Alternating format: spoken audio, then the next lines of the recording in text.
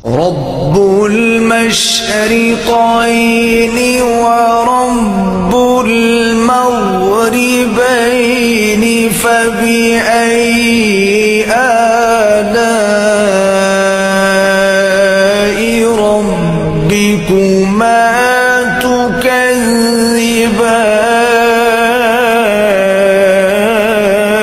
मेहमानदारी और मेहमान नवाजी दोनों नुमाया हैसियत रखती हैं। इंसान महज मिट्टी का पुतला ज़रूर है, कभी कभी ख़ताएँ होने की वजह से लोगों से कतई तलखी कर लेता है, लेकिन जब वो कतई तलखी कर लेता है ना, तो फिर वो अपने इर्दो गिर्द में दोस्ताना माहौल कायम रखता है। इसी का नाम तो सोसाइटी है, मिल बैठ के दुख सुख बांट के, इसको हम मोहब्बत का नाम देते हैं। तो आज सारा दिन आपको बस मेहमान नवाजी ही देखनी पड़ेगी। मेरी फ्रेंड बड़ी ज़बरदस्त सी फ्रेंड है, बहुत अच्छी, वो आज आई थी मेरी तरफ। सुबह उठते ही मुझे उसका मैसेज आ गया था कि मैं आ रही हूँ, तो मैंने कहा सो बिस्मिल्लाह, ये तो मेरे लिए बड़ी खुशनसीबी की बात है कि आप मेरे घर आएँ। और वैसे भी वही घर ज़िंदा कहलाते हैं जिनके घर में मेहमान नवाजी मुसलसल चलती है। खुशकिस्मत हैं वो लोग जिनको मेहमान नवाजी का मौका मिलता है।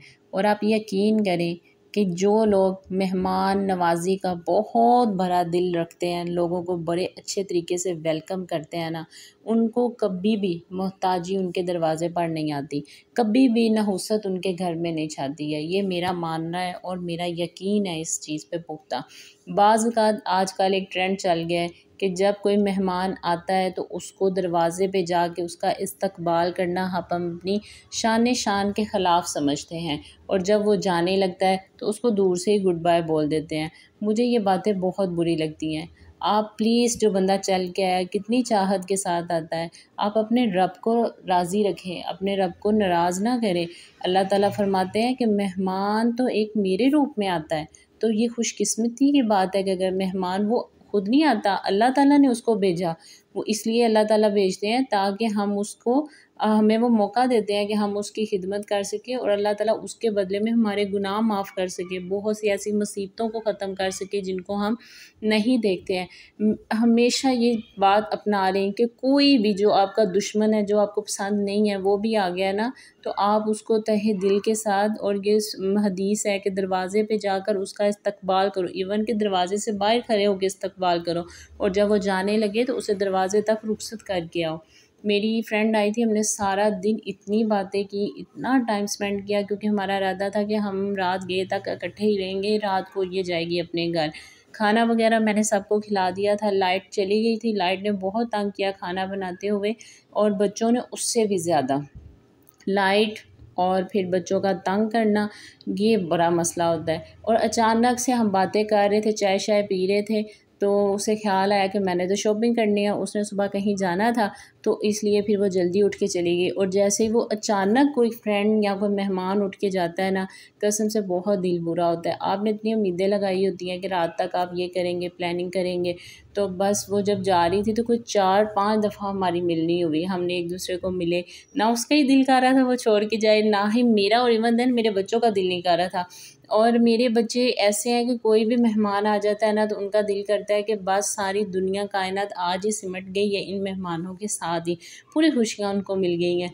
तो ज़ारा रोने लगी, ज़ाविया ज़िद कर रहा था साथ, और मेरा तो वैसे ही वो दिल साथ ले गई, यादें साथ ले गई। मैं हमेशा कहती हूँ कि जब भी कोई इंसान जाता है ना, वो कसम से वो टाइम वापस नहीं आ सकता, और वो सब कुछ साथ ले जाता है, वो टाइम साथ ले जाता है जो वापस नहीं आता।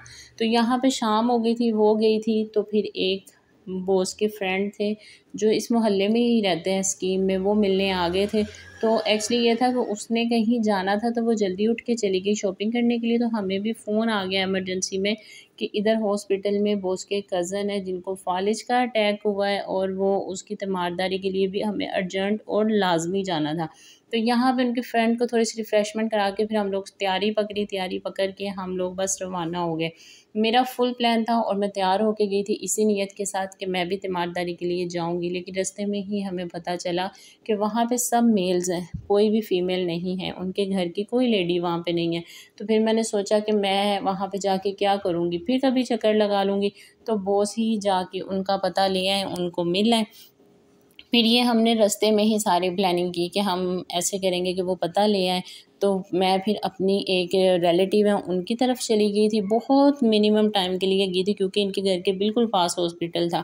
तो मैंने कहा बच्चे हॉस्पिटल तंग करेंगे, तो फिर मैं उसको लेके इधर आ गई। उसने इतने कम टाइम में ना जल्दी से पिज़्ज़ा ऑर्डर कर दिया और फिर मैंने उसको कहा कि लाओ, उधर से हम जा रहे थे पिज़्ज़ा आ गया, मैंने कहा लाओ इधर पकड़ाओ हम इधर ही खा लेते हैं। तो फिर बस जल्दी से खा के हम लोगों ने बस निकलने की क्योंकि रात बहुत ज़्यादा हो गई थी और जाने में टाइम बहुत लगा था क्योंकि रश बहुत ज़्यादा था। ये 14 अगस्त की इतनी ज़बरदस्त कोई तैयारियां हो रही हैं, पूरा लाहौर शहर जगमग जगमग कर रहा है, हर तरफ रोशनाई है। इतना दिल को सुकून मिलता है ना कि देखो हर एक अंधेरे के बाद एक उजाला होता है। अल्लाह ताला की शान को आप बयान कर ही नहीं सकते, हमारी वो औकात वो हैसियत ही नहीं, वो लफ्ज़ वो ज़ुबान ही नहीं कि हम अपने रब का शुक्र अदा कर सकें कि उसने हमें इतना प्यारा मुल्क दिया और हमें आज़ादी दी, ग़ुलामी से हमें बाहर निकाला। और ये इतनी रोशनियाँ काश हमारे दिलों को भी इस कदर रोशन कर दें, सियासतों से हम लोग बाहर निकल आएँ। तो ये थोड़ा सा मैंने आपको व्यू दिखाया था जो कि डिफेंस एरिया में इतना कमाल का व्यू बना पड़ा था। और सारे रास्ते ज़ारा ज़िद करती है कि मैंने आइसक्रीम खानी है, तो हम लोग जगह जगह रुकती है कि इधर खाते, तो यही करते करते हम लोग घर के पास पहुँचे। ये स्टोर बिल्कुल हमारे घर के पास है, यूटिलिटी स्टोर। तो फिर सोचा कि अब ये लास्ट पॉइंट है तो यहाँ से ज़रूर आइसक्रीम लेके जाएंगे। और सारे रास्ता वैसे ही गुजर गया हमारा, बस ढूंढते ढूंढते। तो हमारी किस्मत में ना यहाँ से थी। अल्लाह ताला हमेशा आपको उसी जगह ला के खड़ा करते हैं जहाँ पे अल्लाह ताला ने आपके हाथ से किसी दूसरे को रिज़्क देना होता है। तो जिसका रिज़्क हर खाने खाने पे लिखा है, दाने दाने पे लिखा है खाने वाले का नाम, तो इस पैसों पे इस स्टोर वालों का हक था। तो ये मैं लेके आई थी, जो बॉस लेके आए थे, चॉकलेट वनीला फ्लेवर था, इतना ज़बरदस्त था ना, मुझे बहुत मज़ा आया। हालांकि इतनी ज़्यादा थी लेकिन मैंने तो बहुत खाई, बच्चों ने बड़ी खाई, मज़ा ही बड़ा आया था क्योंकि इसका बड़ा अच्छा टेस्ट था। और फिर ये था, ये खाने के बाद क्योंकि हम बहुत लेट पहुँचे थे, तकरीबन ना हमें वापसी पे 1 डेढ़ का टाइम हो गया था। तो अब मुझे सुबह लास्ट डेट थी, ज़ारा का जो समर पैक है वो भी सबमिट करवाना था। तो फिर मैंने सारी रात बैठ के ज़ारा को भी साथ जगाया, उसकी हेल्प की और हम लोगों ने ना उसका काम जो सा वो कंप्लीट किया। और ये अगले नेक्स्ट डे का मेरे पास थोड़ा से क्लिप्स थे कैप्चर, मैंने वो भी साथ ऐड कर दिए इसी व्लॉग में। ये मैं उसका सुबह सुबह उठते ही अर्ली मॉर्निंग कोई काम नहीं किया, सिर्फ मुँह हाथ धोया, तो नाश्ता भी अभी नहीं किया, तो मैं उसका काम सबमिट करवाने चली गई। मुझे ये था कि काम सबमिट करवाने पे काफ़ी टाइम लगेगा, लेकिन नहीं, उनके स्कूल वालों ने कुछ बाहरी सेटअप किया हुआ था। गेट से अंदर जाते ही मैंने उनको वो पकड़ाया समर बैग, तो हम लोग आगे वापस, बिल्कुल भी हमारा टाइम नहीं लगा। अब ये हुआ था कि रात हम लोग चले गए थे, तो खाना जो सा वो बस पिज़्ज़ा शिज़्ज़ा खा लिया, थोड़ा बहुत कर लिया, खाना प्रॉपर नहीं खाया, वो जो अपनी फ्रेंड के साथ खाया था बस वही। तो फिर हम लोग जब वापस आने लगे तो हमें फिर कॉल आ गई कि एक बॉस के ना फ्रेंड आ रहे हैं, मेल्स थे वो गांव से। असल में मेरे घर में गांव से मेल्स उसी वक्त ही आते हैं जब बॉस घर हो, अदर बॉस घर नहीं है तो फिर वो नहीं आते। तो वापसी पे अंडे नहीं थे तो मैं अंडे लेती आई थी, और कोक वैसे इजाफ़ी ले आई थी कि कोई अचानक मेहमान आ जाता है तो फिर ना घर में पड़ी हुई होनी अच्छी है।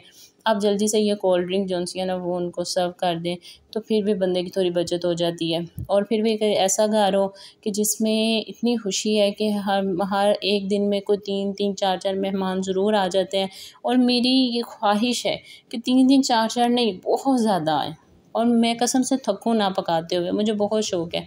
तो फिर वो जो गेस्ट आ गए थे तो मैंने उनके लिए फिर नाश्ते का एहतमाम, नाश्ता रोटी लंच मतलब सब कुछ इकट्ठा ही हो गया।